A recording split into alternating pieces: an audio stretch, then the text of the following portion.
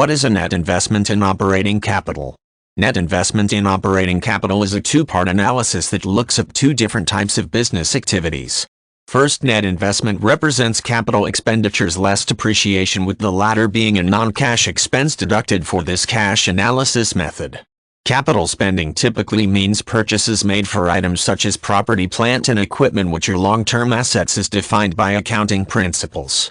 Operating capital is another term for working capital, which is the daily cash available for running a business. The net investment in operating capital looks at the net liquid or non-liquid assets a company has for its operations. When putting these two concepts together, net investment in operating capital may represent the payments deducted from working capital for asset payments. For example, purchasing copious amounts of property, plant, and equipment on account requires payments from operating capital. Each payment made for the loans associated with long-term assets reduces the daily working capital of a company. The result is less cash to spend on the daily costs or expenses to run the business and produce goods or services.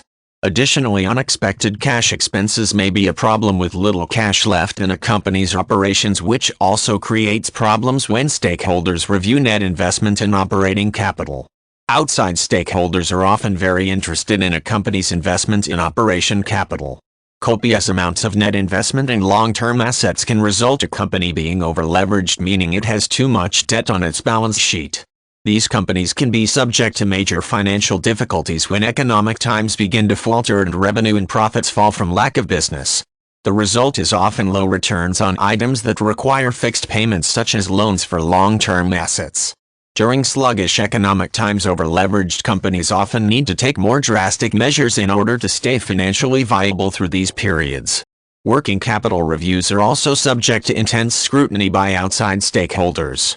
When net investment in operating capital goes up, less working capital is available for daily business use.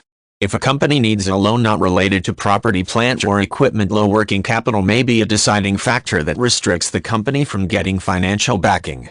Companies that are unable to generate sufficient working capital for loan repayment may have problems if they cannot get the loan. Short-term financial obligations take precedence over long-term financial obligations during this period.